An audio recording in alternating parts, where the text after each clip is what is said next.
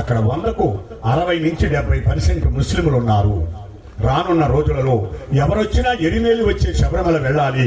ఇప్పుడున్న దారులు ఇది వరకు లేవు.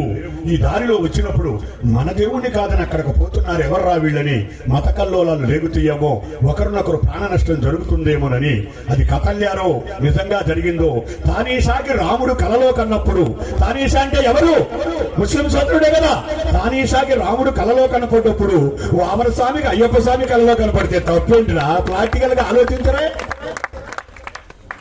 బందిపోటుగా ఈయన వస్తున్నాడని, మనిషిని చంపడానికి వెళుతున్నాడని, పిల్లోడు మెడలో ఉన్న నగ కోసం ఆపాడని, ఆపిన వాడికి జ్ఞానోదయం కలిగించాడని, నా బందిపోటు జీవితాన్ని ఎప్పుడు సాధించను నాయన అంటే, నా దగ్గరకు వచ్చే ప్రతివారు ముందు నీ దగ్గరకు వస్తారు. నీ యొక్క అడవిలో కష్టమైన నడకలో నీ విభూతిని వారికి ధరింపజేయి.